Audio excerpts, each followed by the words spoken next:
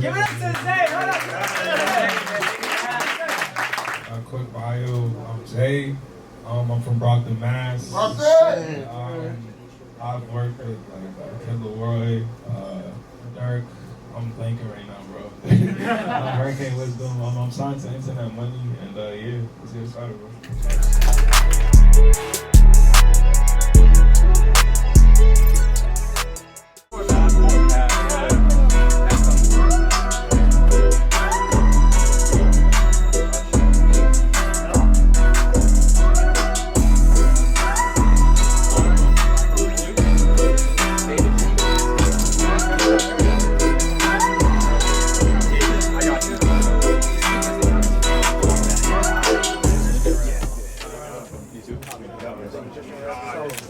You're too nice. You get wrong.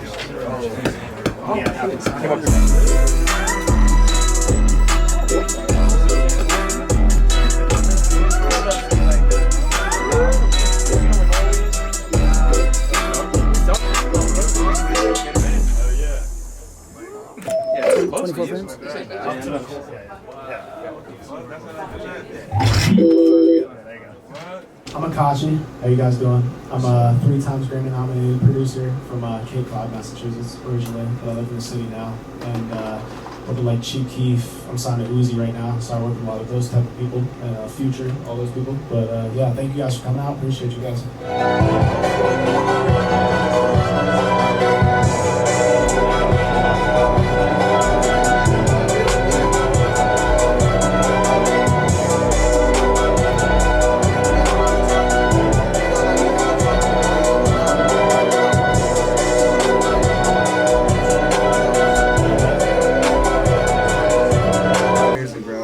Never know what the fuck you doing. That's what I'm saying, bro. Like different swag every time. The rhythmic pack. I'm telling you, Ben, you started some soundscapes. Bro, it's too humble. That's the problem. You're too humble, bro. You're too humble. You're too fucking humble.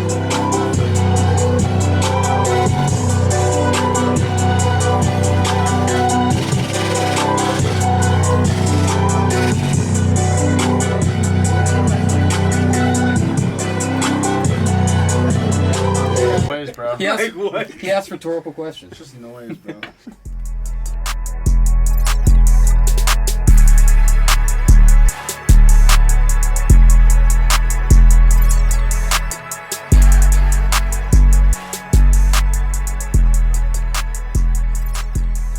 I'm Tash from Dorchester, Platinum, working Pop Smoke, G Herbo, Polo G, things like that.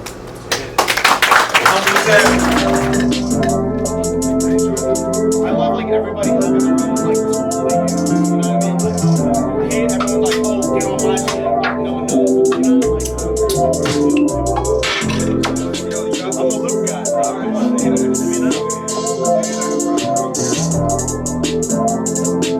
I know we're gonna get fried out of points. Go back to what we said. Get on my laptop, bro.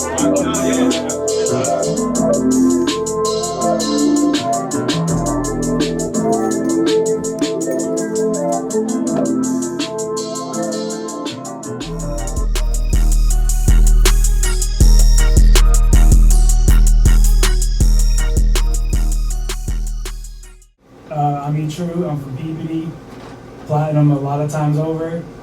Just been working on everything I can. So yeah, thanks y'all for coming out.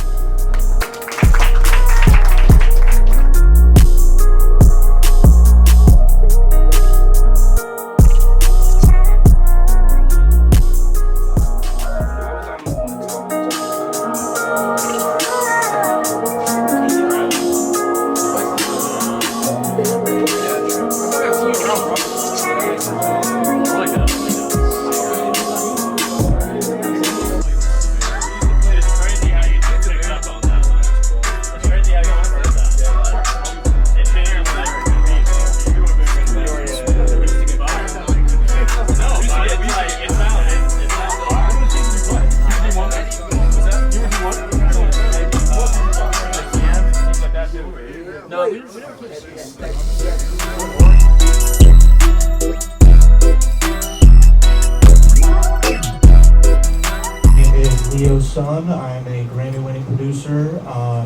from Weymouth actually in this town. I work now with Joyner Lucas full time as like an engineer, producer. Yeah.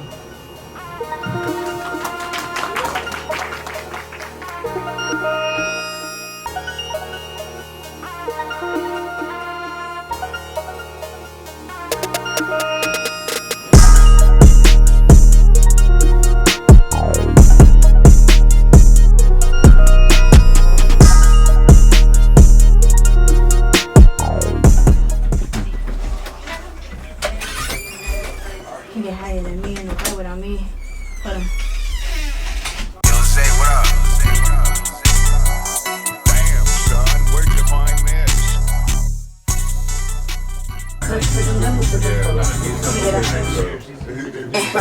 On some shit though. This is study money, I need to shit. My food, chicken, probably my girl on double dipping. I got 2 cups, but I'm double sipping. How you feel, man?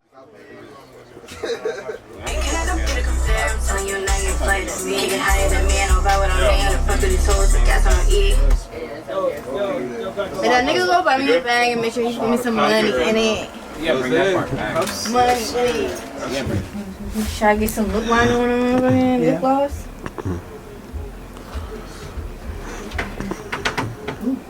Ooh, okay.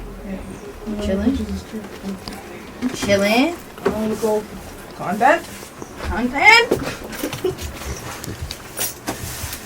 Is that a bathroom in here?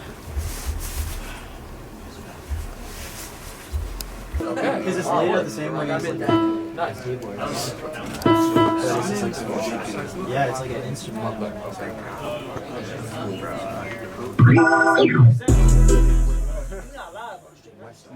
Okay, yeah. Lobby? No. That was just literally out there typing in your name, trying to get on the streets. Oh, no, not yet. We could go in, I mean, we just can't say nothing crazy. Really mad after that, and I just backed out the lights. They know me, not my pride. First it was the bag I wore, then it was the tags I popped, then it was the jeans I rocked, then I took the scene on ya, then I took his bitch to ya, then I took a trip with her. I could take a jet to her, I could take a ship to her. Paving the way, I went Cartier frame, nothing is the same since I lost my game. First it was wrong, and you know it's but I still buy that BBL.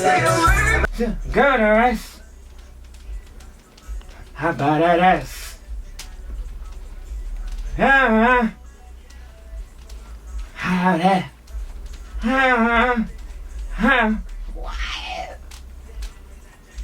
What did they say? Okay. Yeah. Yes, sir. Just say the word. I have my clear to make it scared. Hey, this bitch in my name and she in my verse. Yeah, she listen to my song and make her squirt. No, I'm fucking with you. Well, you got a little select beats. I might have said I love her, I don't remember too hard for that. Round my way, I cannot let. Smoking on side, I'm high on black. Dropping a perk, I'm high on that. Think they better, they high on crack, bitch. Damn, my money flapjack, cause I make it stack, bitch. I just showed her that bag and she never seen that, yes. I'm cooling you on the coldest bitch in the room, Central Air. I'm tired of these niggas, I thinking I want me some cash, Central C. No, you cannot compete or compare, I'm telling you now you ain't flavor than me. Get higher than me, and know about what I mean. I done fucked with these hoes, the gas on E. And that nigga gon' buy me a bag and make sure he put me some money in it. Do I call me the rose gold or the yellow gold? I started producing just because I like doing creative shit. My dad actually got me a copy of like a dog back in like 2005. It was like in the bargain bin at Best Buy, and he like created a monster with that. But as far as like being from Mass and shit, I just want to see like more like connections and stuff being made, more collaboration, everything. It seems like it's getting more open now, and it's dope that Rise is like part of all that. So, yeah. I'm from Cape Cod. I'm a Cape Cod kid. I'm not gonna lie. Like, I'm not from the city, so it's like, you know, like my whole vibe of like making music has always been different. So like, you know, I approach this shit like from like a different angle. I'm just a creative kid. Like, and then I like really like got into that when I was younger, and I leveraged like a lot of my relationships like based on like what kind of music I listened to when I was younger, and you know, got like, you know, heavy into like the Atlanta scene and shit like that, and met a lot of people and stuff like that. Started in like dance music and shit like that. That's how kind of like I develop like the drums I have now and stuff like. I mean, early like I want to say like 2014, there was like a dance music / like trap music like blend in like music, and that's when I like really like learned about all like the trap music stuff. So I was like super excited because I'm like a dance music kid and I'm like, what are these sounds? Like what's going on? So like really got into it around then, and ever since, bro, it kind of like launched me into that whole sphere, and now I'm working with like Zaytoven and all these people like that are like the pioneers of that whole sound, and I'm so blessed to be like in that position. And yeah, I mean, it just all kind of happened because of that. So I'm blessed to be like from the Cape. And I mean, I got my start. I had a friend show me this dog called Reason. You don't know Reason? That shit sucks. So like, he showed me that, and like, I stopped. And then one day he's like, oh, I found out for the studio. So he showed me that, and I just like never stopped cooking. So like I was in college just doing that shit just all day long. So yeah, that's kind of. Then I played drums when I was younger, so it kind of all just fell into place. So me, I used to listen to French Montana. Y'all know that mac and cheese series. You know the Sanctuary song? Yeah. So I listened to that shit, and I wanted to like learn the breakdown of the beat. So I went on YouTube and just started looking at tutorials, and then from then on, I just started making beats from there. For me, I started music like as a kid. I started playing keys in church when I was like 12 years old, and I was just doing that. When I got to high school, like I had friends that started rapping and shit like that, and like I was already playing keys and stuff like that. And my boy Lolo, like he was making beats, and he was like, "Yo, teach me how to play piano." And I was like, "Teach me how to make beats, nigga." And like from there, yeah, that's when I started making beats. I didn't really start taking it serious for real until like college though, like so. Yeah, my first one was like my first like song with a big artist, but it's crazy because it happened like from out here. Like a lot of the work that I was doing when I was a producer, like I was just like, all right, bro, I'm here, like I gotta make the best of it. Let me work with everybody that I can. Like I wanted to make it so that like you can't really talk about music and mass without saying, damn, but oh yeah, I know that cat, I know that because I was working with everybody, right?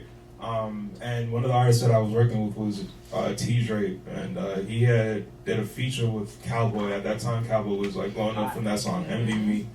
And yeah, that was my first one, but to me it felt surreal. I was like, damn, nigga, like I was listening to this thing in my headphones and now he's rapping on my beat. Like, so I never met the nigga, but it was still like cool, you feel me?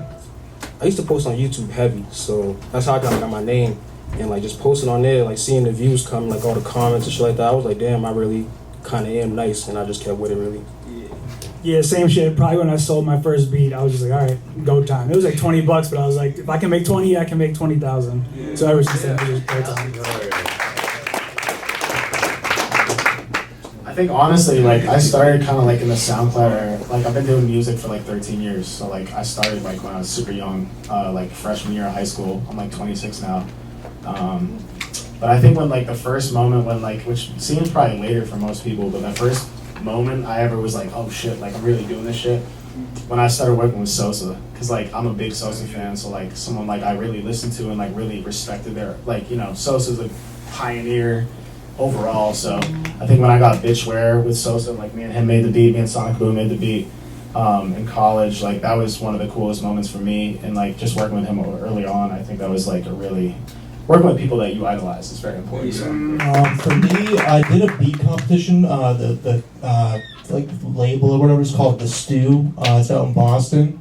I did that out in like 2015, I want to say. And I had just like been making beats in my room for the longest time, maybe posting on the internet and getting like 5 views. But like the reaction at that competition was like huge. Like people weren't like expecting that type of beat or whatever. It was actually like the EDM trap type of shit you were talking about before.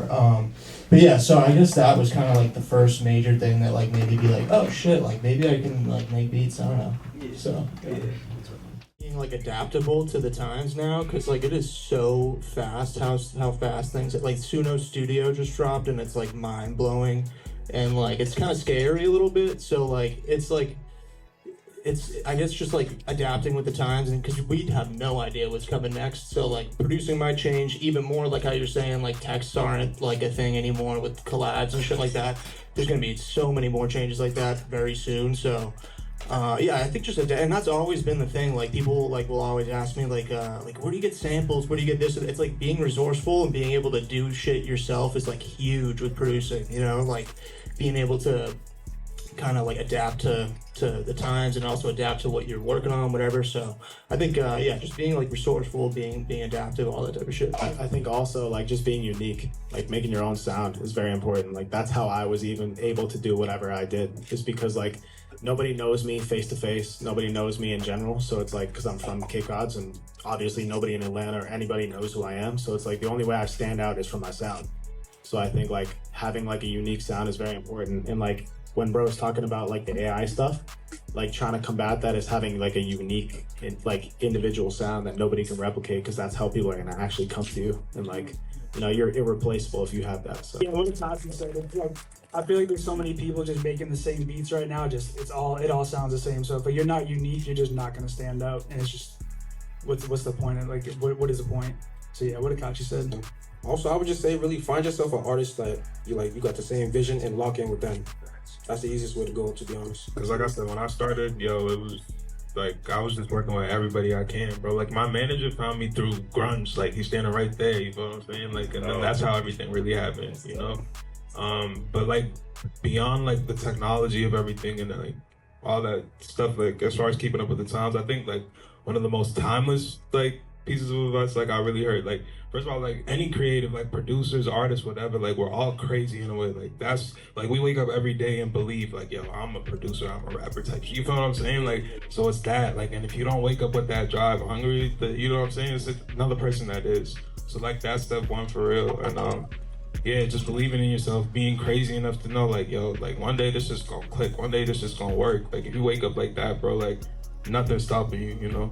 You know, like I'm a melody guy, so like everybody sees me when I'm going to the studio. Like everything the only thing I need for real is like my keyboard. So melodies for real first for me. The first thing I need is like a sip or some or a blunt. Just spark something, I'll get the vibe going, and then yeah, definitely the melody. That's where I'm going first. Always melodies. Either it's like if I'm doing shit from scratch or samples or whatever, it's always a melody first. It depends for me. Like I think it's more of a vibe thing, which is like whatever the vibe is. Like sometimes I'll start some drums. I feel like when you're doing this shit for so long, like you kind of want to like switch the vibe up every once in a while, like use some different hardware, record like a voice sample of something and sample it. You know, just like it depends. But like I feel like more often than not, it's melodies first, honestly. A lot of you guys aren't gonna like this answer, but I started making a melody in Logic. And I usually make a melody in Logic. Love Logic. You like Logic too? Alright. Listen, I've gotten mixed reviews on it, but I usually start in Logic and then I'll make a melody, open a couple different plugins. I try to go to stuff that I've never used before. And I just explore, whether it's Alchemy, Omnisphere. You're still on Logic. Yeah. Okay. I'll make melodies in Logic and then the new update is stupid. I didn't even update it yet. So I'll usually bounce a melody out of Logic, then I'll put it in FL, and then I'll mess around with some drums. It's usually what I'll do. So I'll try to start with a melody first. Often it ends up like just being scrolling in presets for like a half hour. But I try to get like the analog synths are good for that too, because it kind of like lets you not be scrolling around for so long.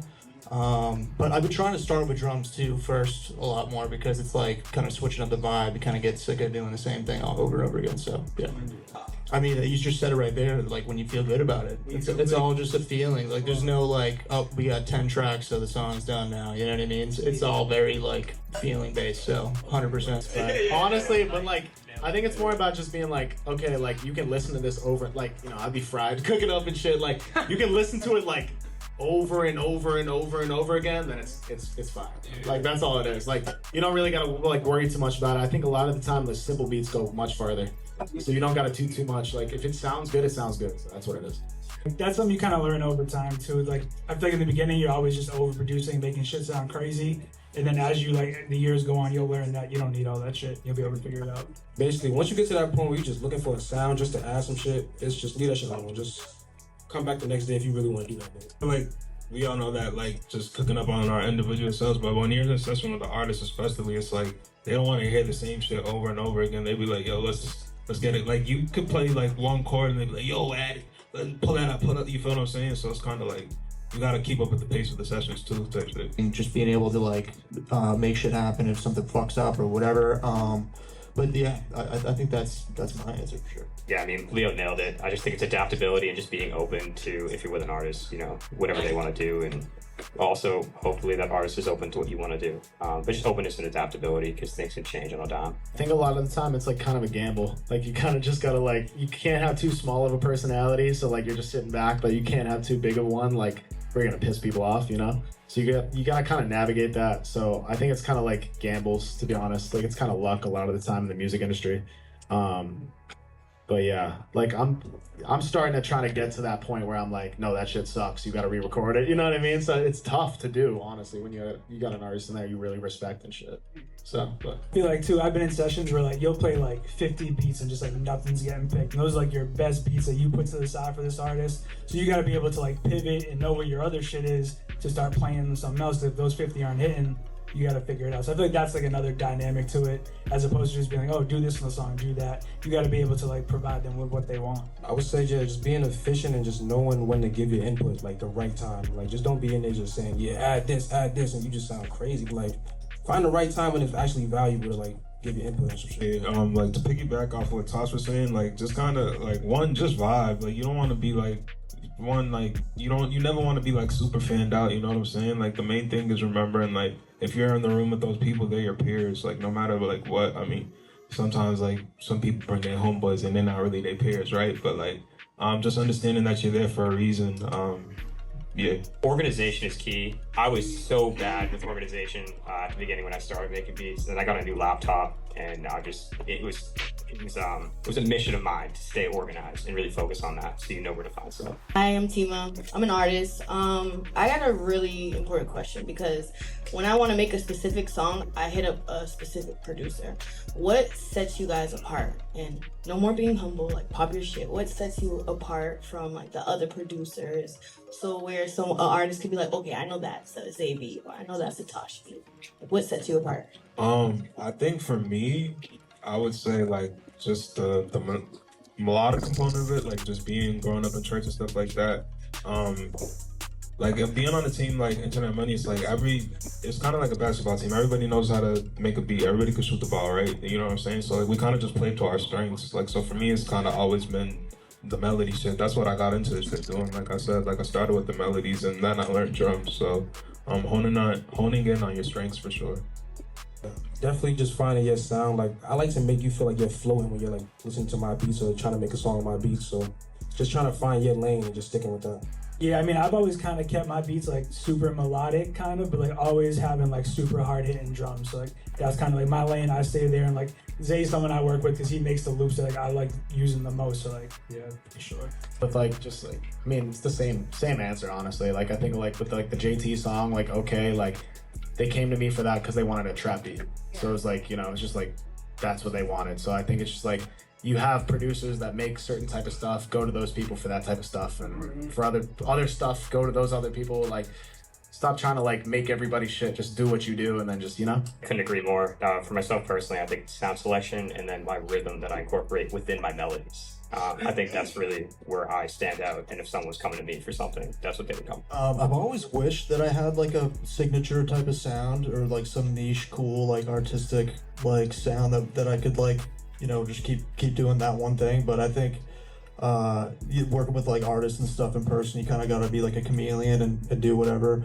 But I think within that, I think I'm pretty good at like making combinations of genres that people wouldn't necessarily expect, or like, you know, just genres that not a lot of other producers specialize in. So yeah, shit like that. How do y'all feel about artists that use YouTube beats? Cause I'm just like getting around other artists, and I'm realizing like they're putting up MP3s and all this shit. You feel me? YouTube. Feel me? Download shit on the MP3 and I go to the engineer. How y'all feel about that? Hearing this, I think, but Jordan Lucas uses a lot of YouTube beats. Like, I tell people like, I've engineered for years, so I've seen that just artists like going on YouTube and getting beats, and like they don't even pay for them. They'll just go to YouTube to MP3 or whatever and just download it. Which like you're not gonna buy a beat unless you hear yourself on it first, probably, I imagine. But Yeah, so like I come from that whole engineering world where YouTube is so common. When I tell people like at producer camps or whatever that like, oh yeah, Joyner goes on YouTube sometimes for beats, they're like, what? No way.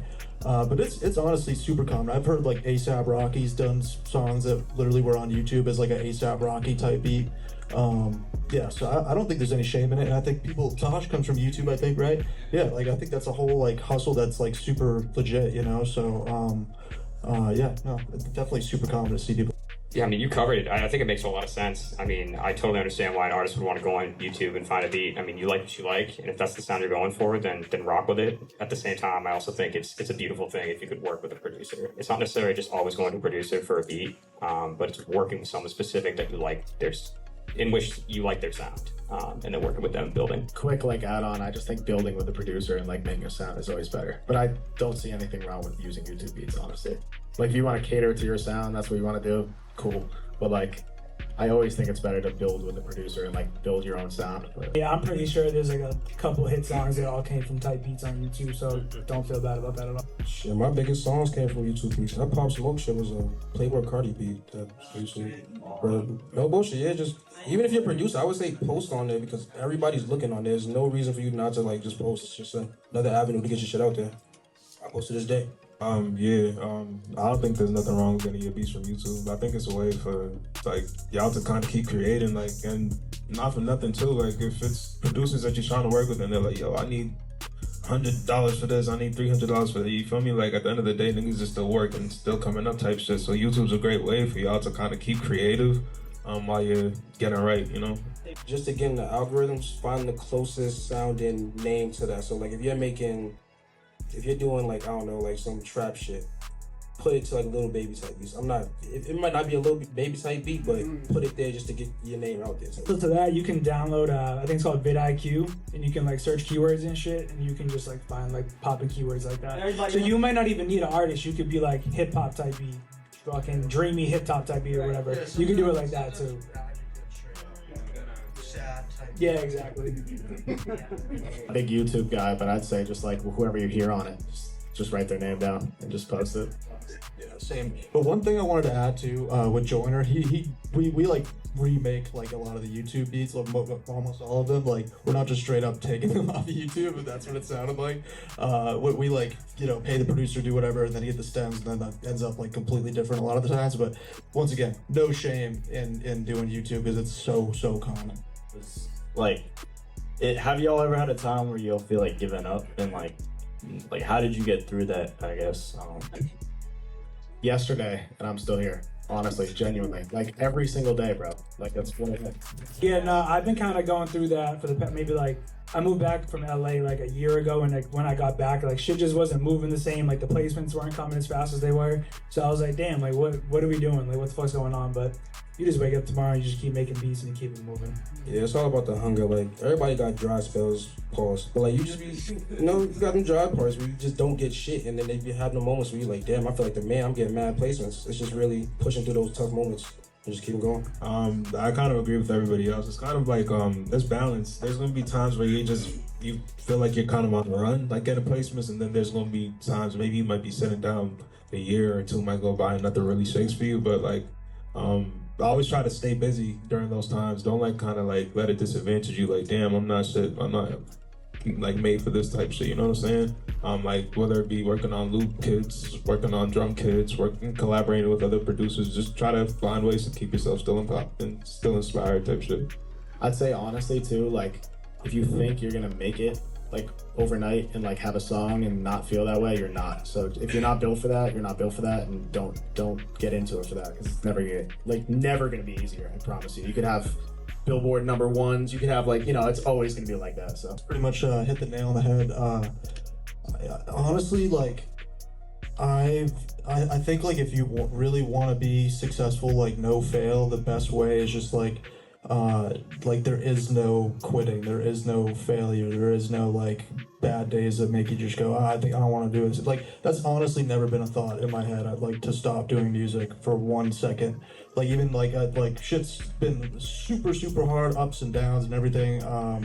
But yeah, you gotta want the shit enough. Like, you know, like everyone has bad days, and like I've said to myself, I don't want to do this anymore. But like actually quitting has never been like a thought, and I think like, you know, like if you feel like that, you know, you just gotta work through whatever it is, but like you gotta just like want it enough, more than like you want to breathe. Like that's like corny saying or whatever, you know, but like, yeah, I mean that's like you can't fail at that point, you know, you're gonna win eventually.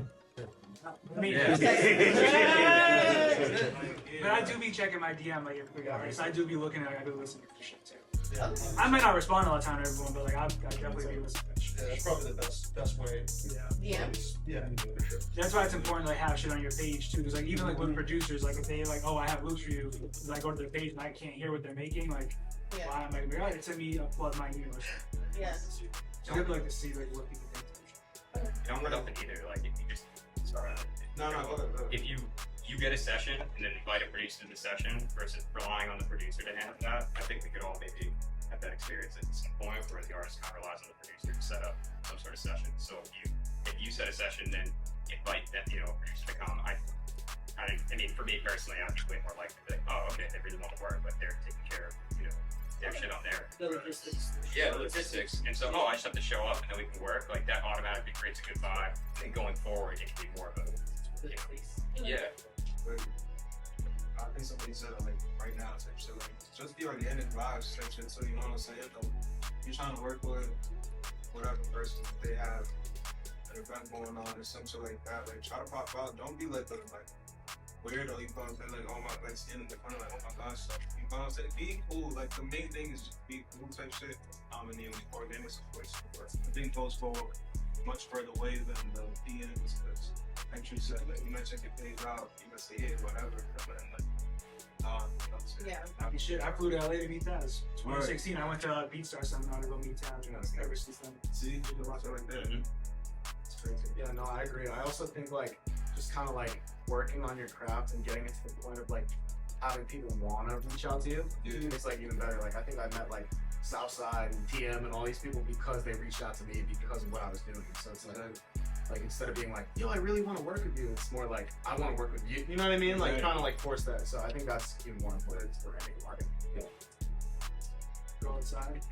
I mean, bro, if you have beat block, don't force yourself to make beats. Like, you don't have to sit inside all day and make 100 beats. Like, you can fucking network. You don't gotta be making beats every day. Network, find people to work with, do shit like that. Go outside, fucking watch TV, play video games or something. Yeah.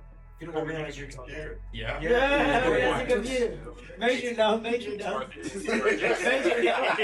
That you gave me like 2 days. I said, you couldn't do that. So we're gonna do shit. Give me some breaks. Or like, I'll even combine dance like make beats outside. Go different places. Try to experiment, work with different people. Yeah, I was gonna say collaborate and get down collaborating in person also. That's huge. Also, I think like changing your workflow. Just like change sure. like okay, you're on FL like doing loops, doing drums. Okay, get some hardware. Yeah. Go outside, record some sounds, and sample the sound. Like just do a different like workflow. Sorry, yeah, no. So like, I mean, like every time I try to change, like I get beat block often, bro. Like every week, bro. So like, I gotta figure it out. So it's like, okay, smoke some weed, change the workflow, or like change like your DAW or like whatever you're working on. So it's like there's like 3 different like just like go outside, record some sounds, sample the sounds. Go get a synth, buy a synth with some money you have. If you don't have money, go to like some studio, sample some keyboards. I have keyboards at my studio. They have keyboards here. Like, go play some keyboards, do whatever you want to do. Like, record your voice and sample. Like, just do something different. Like, that's a big way to beat the beat block, bro. Like, just change the workflow up. Like, something you've never done before. I think that's important. I met Sosa because I was trying to work with him for mad long, but in my junior year going into senior year, this is what, 2020? So I was like, yeah, I just broke up with my ex-girlfriend. I was like locked in the studio like all day, every day, just trying to work on a sound. And I really liked like the like old Atlanta trap sound. So I like worked on those beats mad long. And I like this designer, his name was Colorful Moolah, and he made like all Chief Keef's clothes, like all the Glow Gang Worldwide clothes and everything. He makes all that shit. So like I was spamming him, like just tagging him on my beats and shit, like listen to this, whatever. And like over time, he just started like fucking with him or whatever. And then he like reposted one on his story. And Sosa like saw it, whatever, and wanted to pack and stuff like that. So I actually didn't meet him before he used my beats. So like I got the song like Lola Bunny and a couple other songs like early on. And he hit me up, I want to say like probably after like the Talk video came out.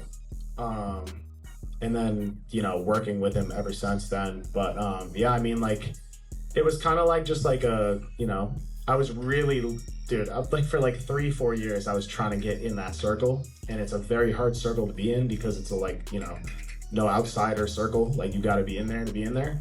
And so it just happened organically. So it was just kind of like planting the right seeds and just like not trying to force it and just kind of like, I mean, it sounds like I was forcing it honestly with the beats, but like, I swear to God I wasn't though, but like, you know, like the right way. So, but yeah, we got in there and then we just like made like the, you know, the shit with Bro and like the Bitchware stuff, the Tony Montana stuff and like all this stuff after that. But like, yeah, I mean, like, I think it was just kind of like, he was just like, he just gave me an email, honestly, at the end of the day. And then like, he'd send me like, yo, like sample Skrillex, sample this, do that. So like we have like a good like working relationship, but like yeah, it's really real.